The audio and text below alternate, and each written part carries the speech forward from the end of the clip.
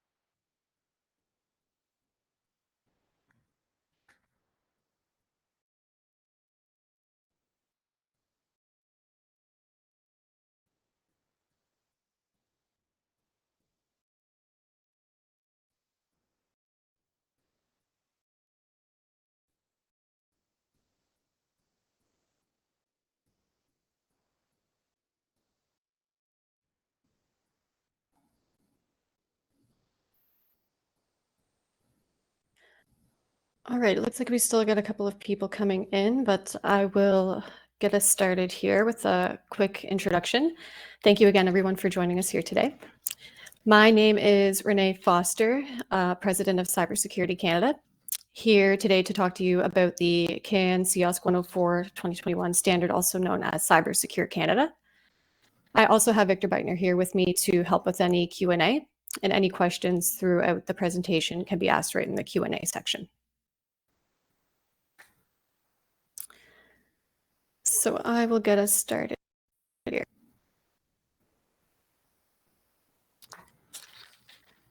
So I'm going to start with an intro to the CAN CIOSC 104 Cybersecure Canada program. It is a certification standard for organizations to help improve their cybersecurity practices, also to help promote trust and provide a competitive advantage, resulting in increased consumer confidence in the Canadian digital economy. So to become certified, organizations review and implement a variety of different security controls.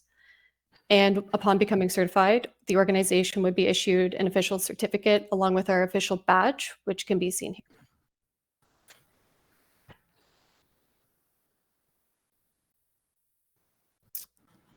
So the CAN CIOSC controls are broken down into organizational and baseline controls. The organizational controls basically help to determine your current cyber posture and also help prepare for the implementation of the baseline controls. The baseline controls are what actually help organizations reduce the risk of cybersecurity incidents and data breaches.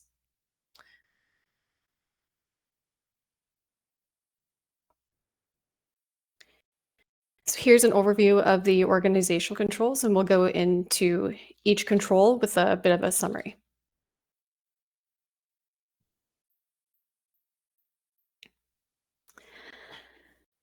So the first control, OC 4.1, is about leadership. So it focuses on the critical role of top management in demonstrating their commitment to the cybersecurity program. So it focuses on establishing cybersecurity policies and objectives, resource allocation, communication of cybersecurity importance, the establishment of cybersecurity metrics, and also support for leadership in relevant areas.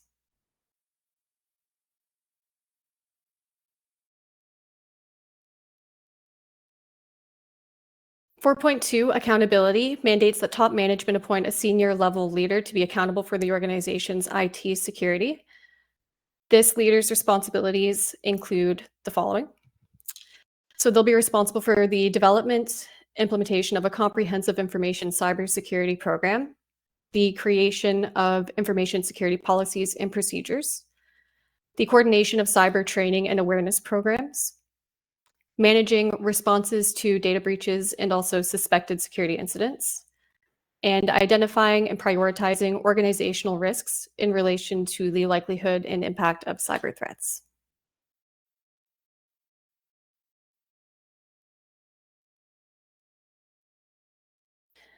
This webinar is being recorded and will be available after the session. So OC 4.3, cybersecurity training, covers the importance of cybersecurity training and awareness for all employees. It mandates that organizations must train their employees on basic security practices, covering at least effective password policies, the identification of malicious emails and links, the use of approved software, appropriate internet usage, and the safe use of social media. Organizations must also invest in regular and ongoing awareness and training programs for employees.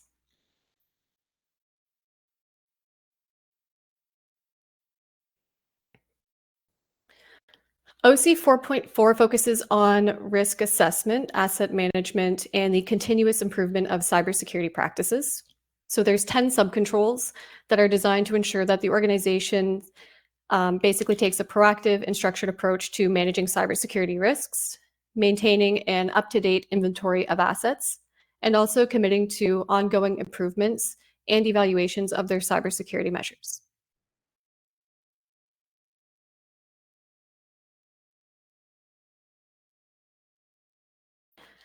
So here we have an overview of the baseline controls before we go into a summary of each of them. If anyone here was familiar with the previous Cybersecure Canada program before there was the official CAN CIOSC 104 standard, the only difference you'll see here with the new version compared to the previous is computer security log management. A few of the subcontrols have some kind of rewording, or they might have been moved around, but overall the CAN CIOSC is very similar to the previous Cybersecure, in addition to this computer security log management control.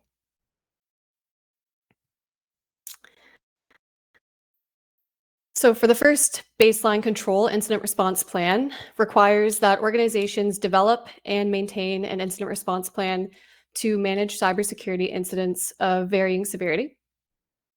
It outlines the response procedures, identifying any responsible individuals with contact information for external communication.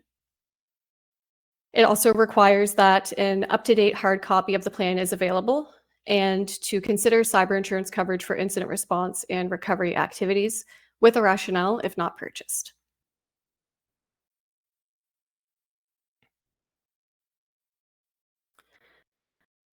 So automatically patch operating systems and applications emphasizes the importance of maintaining up-to-date security measures to safeguard organizational assets.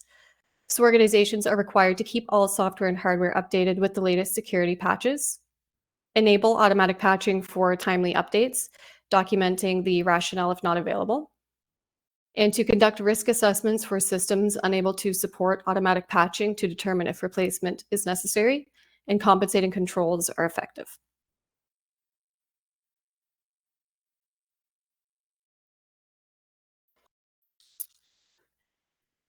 For the Enable Security Software Control, organizations are required to implement anti-malware solutions that are capable of updating themselves automatically and can prevent malware from executing on systems without needing any user intervention. So this ensures continuous protection against malware threats with minimal user involvement.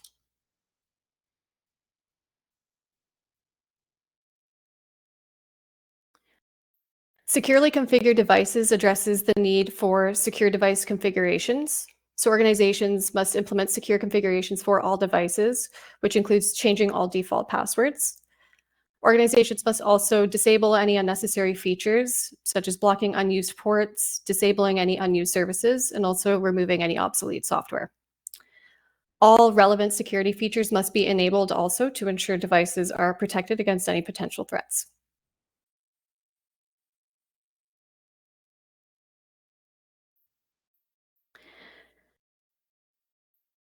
Use strong user authentication requires organizations to strengthen access control measures through the following controls.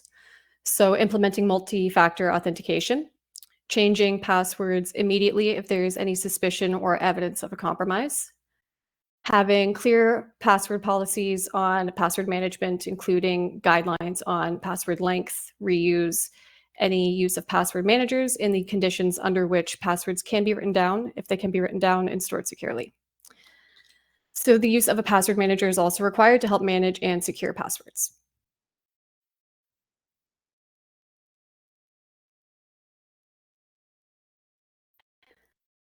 The backup and encrypt data control requires a strategic approach to data backup and recovery, emphasizing the identification of essential business information for determining backup frequency, a case-by-case assessment of backup and recovery needs for different systems, backup of essential business information with effective recovery mechanisms, secure offsite storage of backups for disaster resilience, encrypted backups with secure key management accessible only to authorized personnel, and most importantly, regular testing of recovery procedures to verify backup integrity.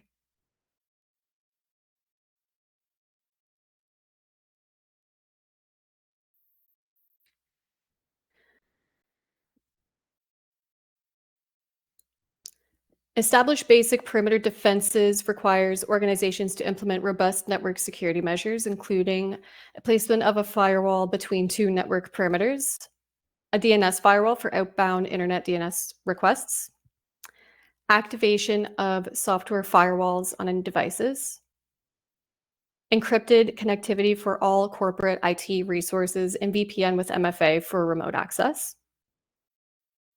use of secure Wi-Fi protocols with strong passwords, network segmentation to separate any public and customer networks from corporate networks, and the implementation of DMARC for email services and email filtering.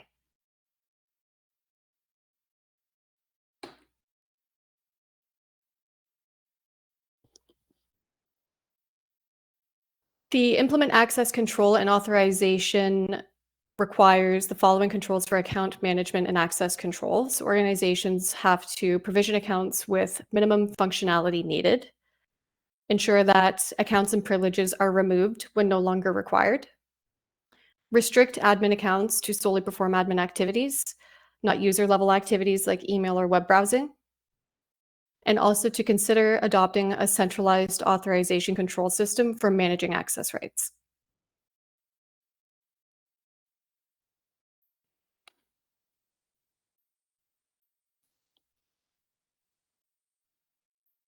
Secure Mobility outlines the requirements for organizations using mobile devices, emphasizing choosing a mobile device ownership model with documented rationale and risks, separating any work and personal data on devices, and also only downloading apps from trusted sources, encrypting sensitive information stored on devices, evaluating the need for an enterprise mobility management solution, also instructing users to avoid automatic or open Wi-Fi connections, limiting Bluetooth NFC use, and not to connect to public Wi-Fi and utilize a personal hotspot if possible.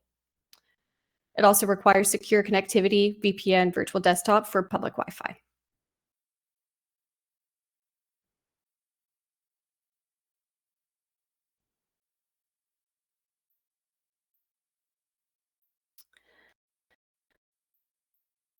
Secure cloud and outsourced IT services focuses on requirements for organizations using cloud applications and or outsourcing IT services, focusing on risk management and secure practices.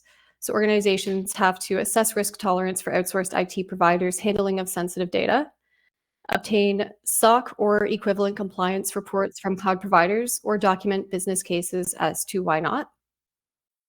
Consider legal risks of where providers are storing and using sensitive information. Secure communications with cloud services and applications. Also to use multi-factor authentication for cloud accounts, separate from internal admin accounts.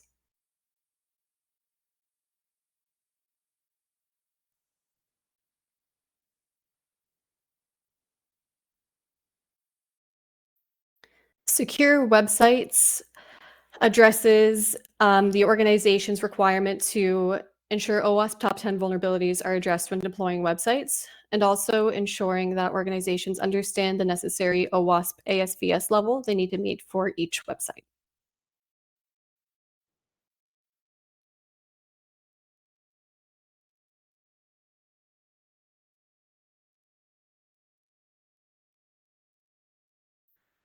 Secure portable media requires organizations to ensure that only organization-owned secure portable media is used. Additionally, organizations must implement strong asset controls for these devices, encryption requirements, and processes for sanitization or destruction of portable media before disposal.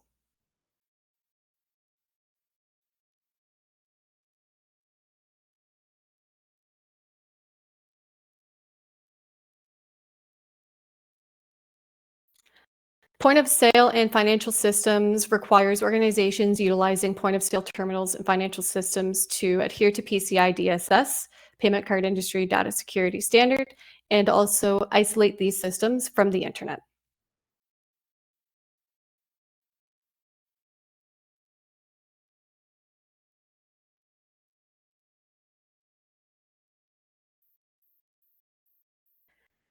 And the final control here, computer security log management, requires organizations to understand their security logging capabilities and requirements, also establishing a relevant log management policy, and log security access events from appliances, devices, and systems that publish logs.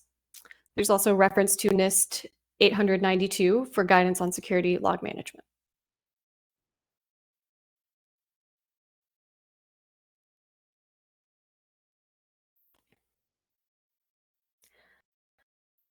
So that was an overview of each of the control requirements. Now I'm going to talk a little bit about us at Cybersecurity Canada as a certification body. So we are a certification body, which is an independent third party responsible for the process as well as the credibility of certification. So organizations use certification bodies to obtain independent and impartial third party accredited certifications such as Cybersecure, CAN CIOSC 104. And we are an accredited certification body by the Standards Council of Canada.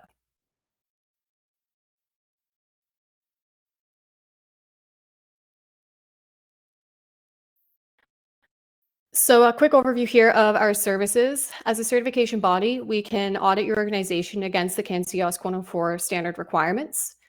Completely separate from our auditors, we also have practitioners that can guide you through the implementation process. If you're not sure where to start when it comes to policies, we do have a pre-built template for each of the control requirements that are personalized with your business name and logo on all the cover pages and footers. They do have to be read, reviewed, filled out to align with what your internal organization's policies and procedures are, but gives a really good starting point, and it's a time saver for sure when it comes to starting with the policy creation for each of the control requirements. Completely separate from our Cybersecure Canada services, we do also have endpoint protection services that we can help with as well.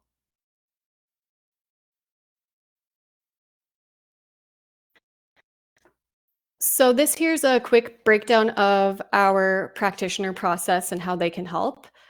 Gap analysis is always a really good place to start when it comes to becoming certified. It's a good way to see where you are now compared to where you need to be to become certified. Included in a gap is a review of the analysis. So you would have a debrief meeting with the practitioner and some detailed notes to have a clear understanding of where you are now compared to where you need to be to get certified.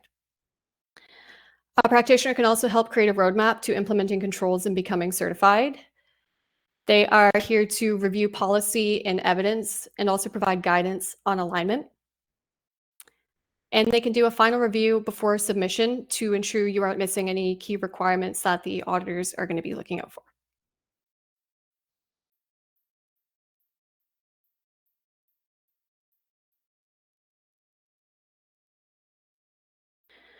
So here we have our audit certification process. Basically, the process is to work with Cybersecurity Canada. We can help guide you in the implementation of any controls if needed. Once all the controls are implemented, you would be ready for audit. So our audit's broken down into 2 stages. Stage 1 is an intake form, series of a whole bunch of questions designed to make sure that you are ready for audit. It'll ask yes or no if every single control has been implemented, along with an overview of how everything was implemented. Once that's submitted, we review that internally. If there's anything we need clarification on, we'll just work back and forth within that intake form before proceeding with stage 2, where all of the documentation, policy, and evidence would be submitted for audit. So the stage 2 is where we would, as auditors, review all of your submission, all your policy, all of your evidence. If there's anything that's incomplete or non-compliant, We would provide you with nonconformity reports at the end of the audit. You would then make some improvements to remediate any nonconformities. Once those improvements are in place, we would then re-review and basically work back and forth until everything is compliant and complete. You would then achieve certification, valid for 2 years. At the 1-year mark, we do have a 1-year surveillance audit, usually just a quick meeting with the auditors to make sure policies are being kept up to date. There's been no major changes to the environment, sampling a few policies to make sure they are being reviewed. And then after 2 years, you would go through the process again of recertification.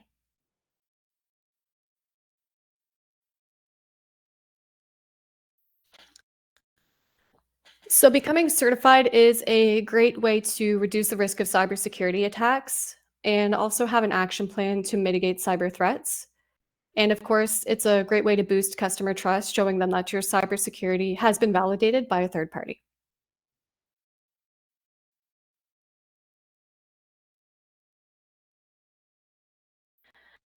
So aside from our certification services that we've talked about here, we do also have training that's aligned with the CAN CIOSC 104 standard. So that's launched through our nonprofit at True North Cybersecurity Academy. There's an online course for each control, giving you the standard requirements and what the auditors are looking for. Also some lessons on each of the control requirements, tests with each course, and a final exam at the end as well. After completing all of the tests and the final exam, you would become certified as a Cybersecure Canada certified professional.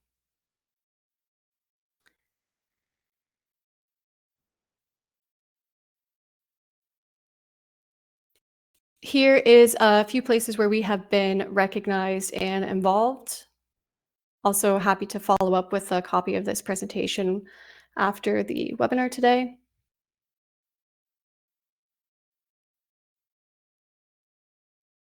And I believe that is all I got here.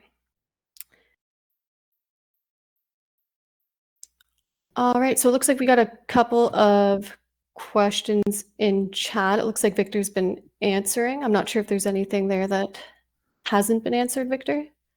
Oh yeah, I'm just going through. So one of the questions asked, who is it by? Fieran Mason Blakely. Are telco providers trusted more than local Wi-Fi because they are big? That's not really the reason that they're big. It's they would be more trusted because you have a direct connection to the internet through them, as opposed to local Wi-Fi actually goes through someone else's systems before it goes out to the internet. So it's more of a direct connection. Local Wi-Fi, there's the possibility of being intercepted. Man-in-the-middle attacks are typical of this type of attack, and that would be through local Wi-Fi.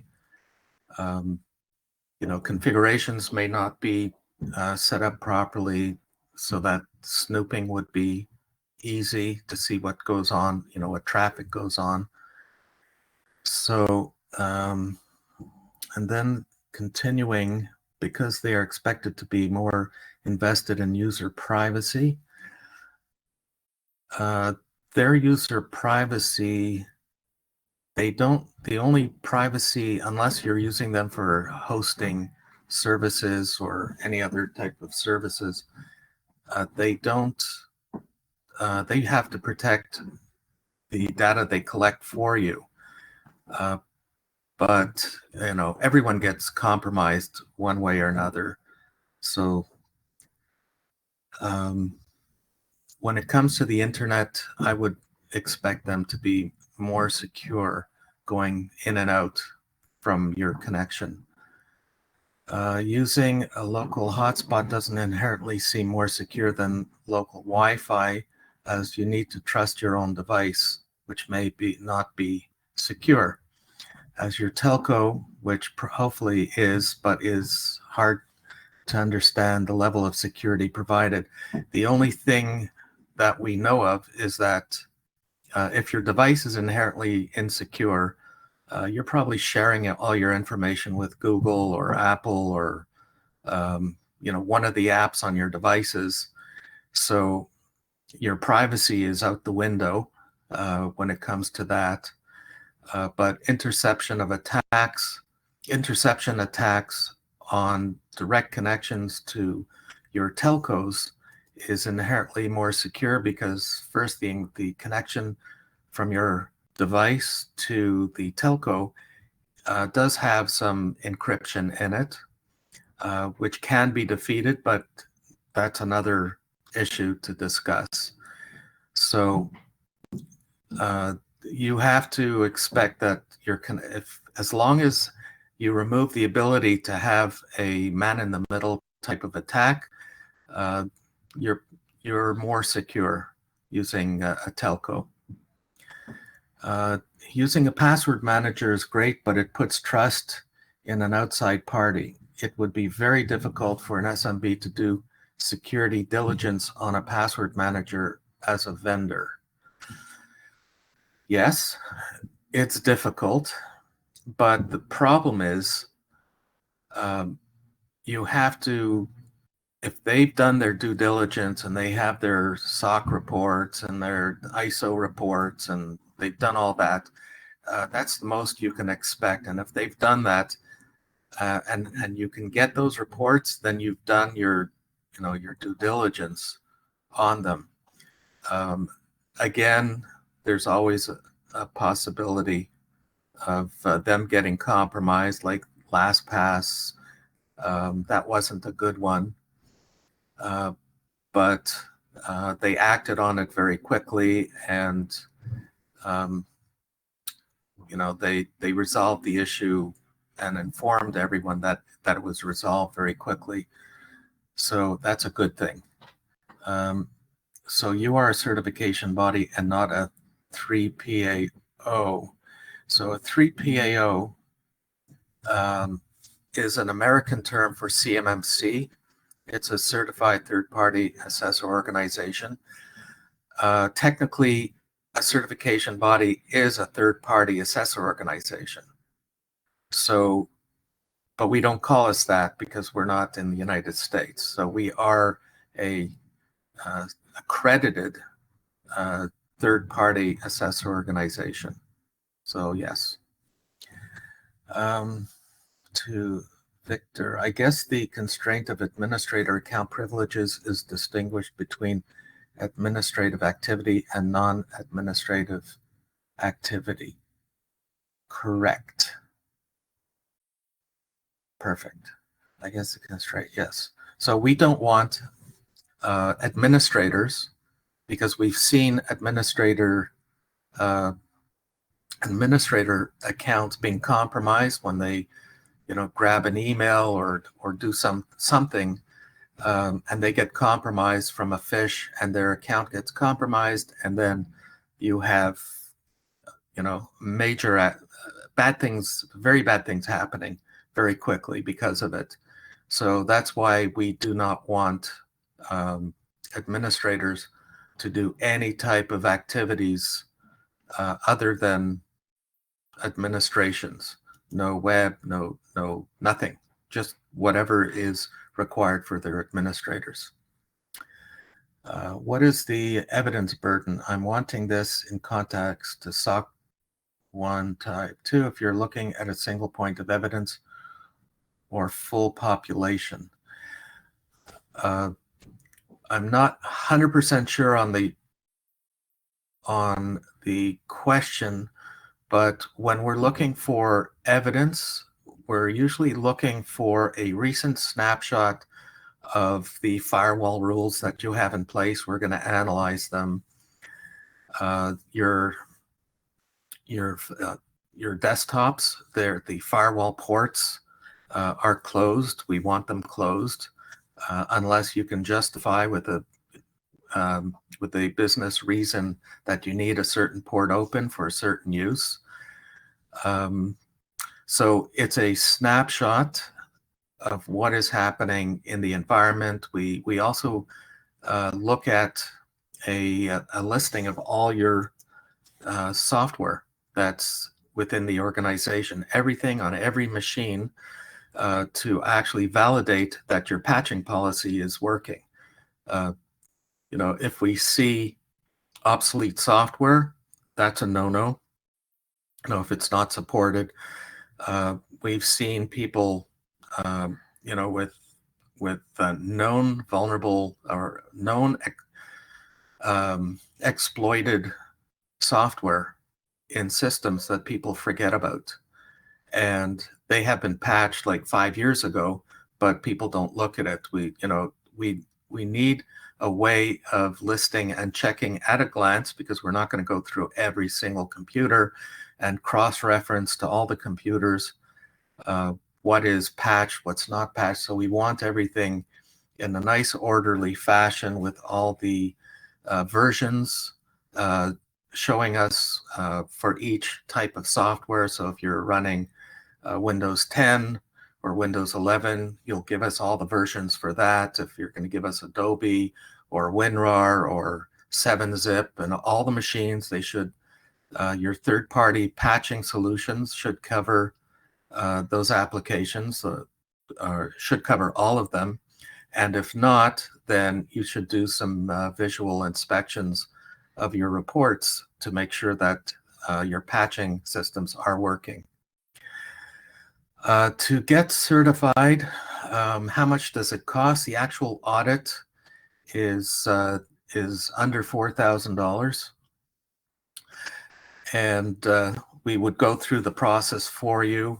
The actual total cost, which would be internal, depending on what your the status of your program that you have in place. Will also reduce your practitioner time if you require one. If you have an existing set of policies that align with the program, then that can reduce your costs. But we've created a set of templates to help minimize the cost to implement the controls. You follow our guidelines in the policy, and you just personalize them. You put in what you're actually doing. It will say, okay, place evidence here. Look for the evidence. Get your IT to give you snapshots and lists and Excel sheets, and you get your internal teams working together with you. Your resources will be minimized. The recognition of the framework is not nearly as strong as something like SOC 2. Why would CAN CIOSC be a good choice in comparison to the other options like that? SOC 2 is really designed for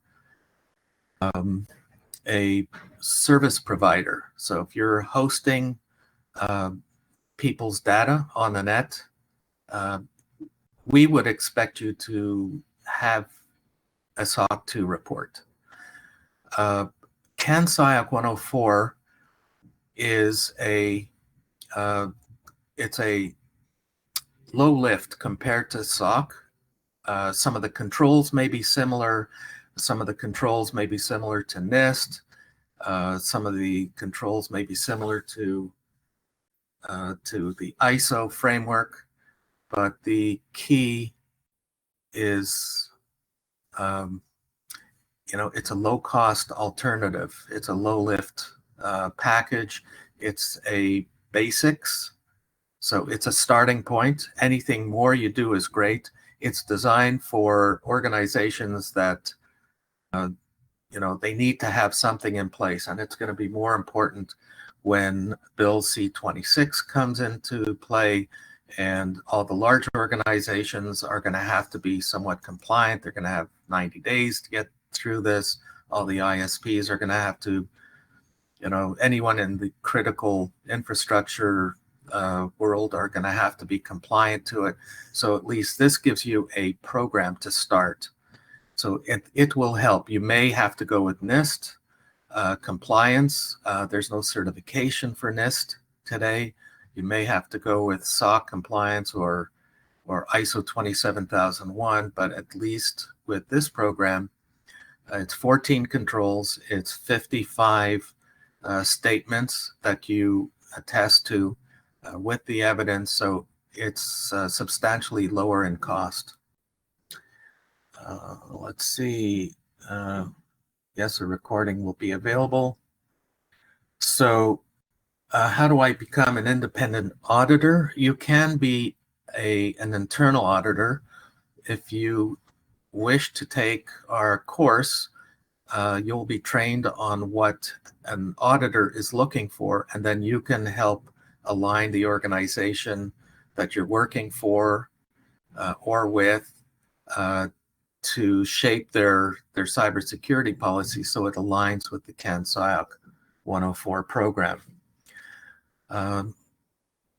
So the actual auditing side of things, if you want to become an auditor, again, there's experience required. And if you want to become a certification body, the certification body process is very expensive. And it's very painful to go through. But to become an internal auditor is not a problem for an organization. You could work with as a consultant for them.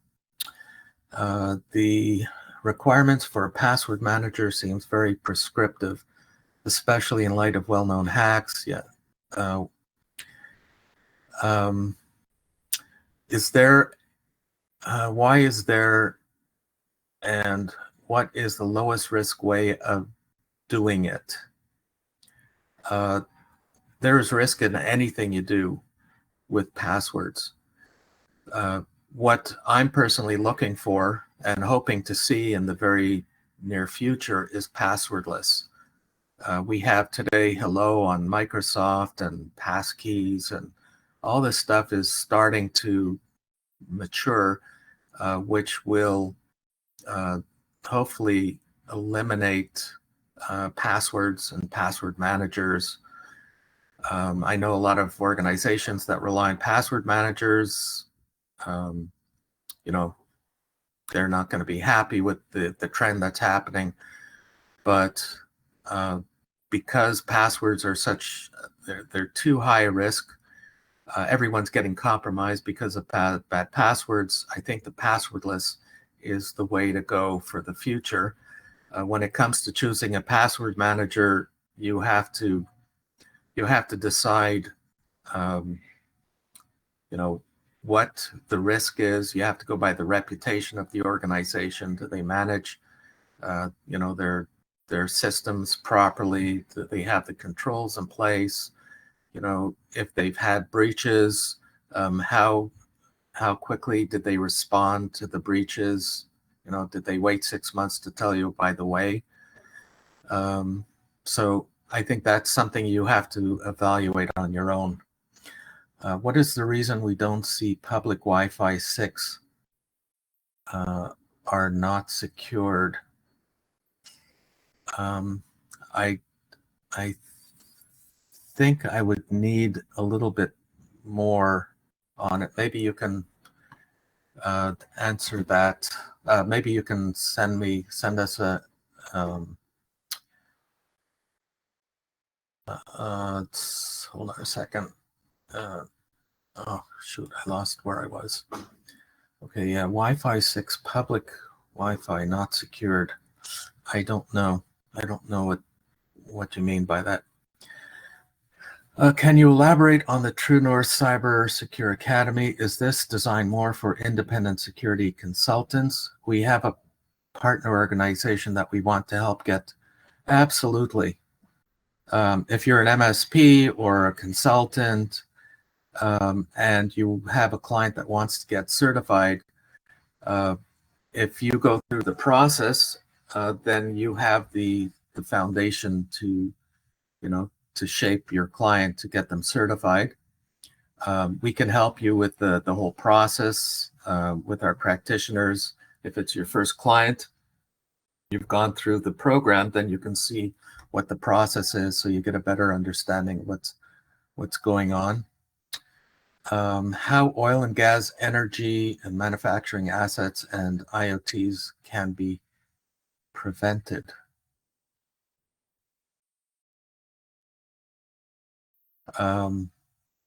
That's, I'm not sure what is meant by that, but I think maybe we could take it offline.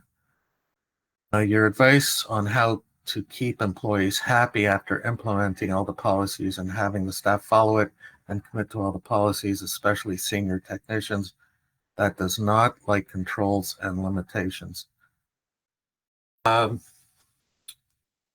Okay, this is a bit of a challenge.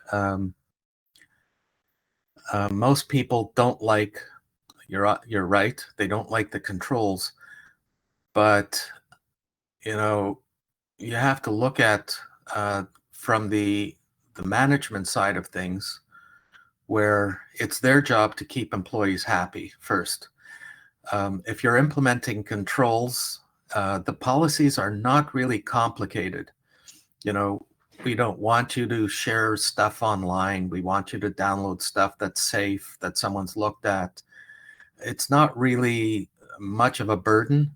You know, the only challenge would be that we've seen is implementing new controls, you know, like closing up all the firewall ports, because we get told that how do you work?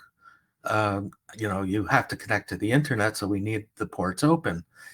Yes, but if you look at how the firewall ports work and how TCP works, you can keep the ports closed, and then when a user needs to connect, it initiates the flow of traffic back and forth, and then it shuts down when it's not needed anymore. So that's one of our challenges that we have with some organizations. The technicians are used to doing things the old way. We have a lot of organizations that come to us with routers that have no controls, and they don't understand why they need it. You know, this is all a learning experience for everyone. But again, the policies are not very convoluted. We try and keep them clear. People have to understand that they have a certain task to do. And the technicians, their job is basically to make things, you know, keep things moving and processes working. And if you follow the controls, you know that at least everything's going to work and you have some security in place. After the initial certification, when is expected the recertification, and which of the controls are normally reevaluated? Ah, good one. All of them or just a sample of them? What must be expected from the auditing company during a recertification? Usually in our pricing, we include the surveillance. That is after the 1-year mark, and we do a random evaluation of the controls. We look at, you know, if you've been maintaining them, and you know, we want to see that you're actually following it. You know, making sure that all your software is being patched, everything's in place, and people haven't turned off firewall rules because someone needed something open and they left it open. With recertification, it's a complete process. So we review everything. It's as if you're starting from day one. The advantage to it is that you already have the policies in place. You have everything in place already. We just make sure that at year 2, everything is as expected. What are the certifications you offer for individual employees? So for employees, the certification we offer currently is the Cybersecurity Canada, or the CAN CIOSC 104 certification. And in the not too distant future, we will be offering the CMMC equivalent, or the Canadian Program for Cybersecurity Professionals, the certified practitioners and certified auditors. So that's, we'll be offering that in the not too distant future, and can be prevented from exploitation. Can you elaborate in the questions? This is I think that's an from, elaboration on that first one, how oil and gas, energy, and manufacturing assets and IoTs can be prevented from exploitation. oh, okay. Oil and gas, they're going to have very tight controls in place, which is coming. And the programs, the manufacturing assets, okay, from okay, I see, from exploitation. So tighter controls. IoT devices should not be on the, segmentation. IoT devices should be segmented off the network. Users should be segmented off different networks. Servers should be segmented. That's a starting point. And one additional wrench in there is, segmentation through VLANs is okay, but people have been able to jump VLANs, and what I've seen personally is a lot of switches are not perfectly configured. So you miss one little thing, and then all of a sudden, an attacker can jump the network. So potentially having some sort of firewalls in place that actually filter the traffic coming and going through each segment would be an ideal situation. A little bit more cost prohibitive, but I think that's the only reasonable way we can address that. Is there any other questions? Anything? I think we have. Okay, why is my mouse not working? Hold on a second. Am I offline? You're still here. I'm just looking through. It looks like you got the last questions there. No more have been posted since then. Yeah, I can't click on the polls, the additional poll. Oh, there we go. Oh, so all the polls have been. Okay, so what we're going to do is we'll collect all the results of the polls, and if anyone's interested in, the results, we can publish them. So I think that's it. I've dragged it out as long as I can to get your money's worth. If you have any questions, please do not hesitate to contact us, contact myself or Renee or anyone on the team that you may have, dealt with, have a relationship with, and we're eager to help. Any other closing remarks, Renee? No, nothing else from me. Thank you, everybody, for joining us. Any other questions that might come up in the future, feel free to reach out at any time, and we're happy to help. That's great. Everyone have a great afternoon. And it's sunny up here. And thank you, everyone. And I hope everyone learned something from this webinar. And we will have some more, probably getting more detail into the controls themselves, and some explanations and a little bit more audio Q&A, back and forth. And thank you again.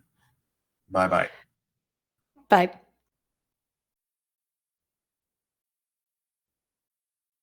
The webinar has ended. Thank you for joining. Goodbye.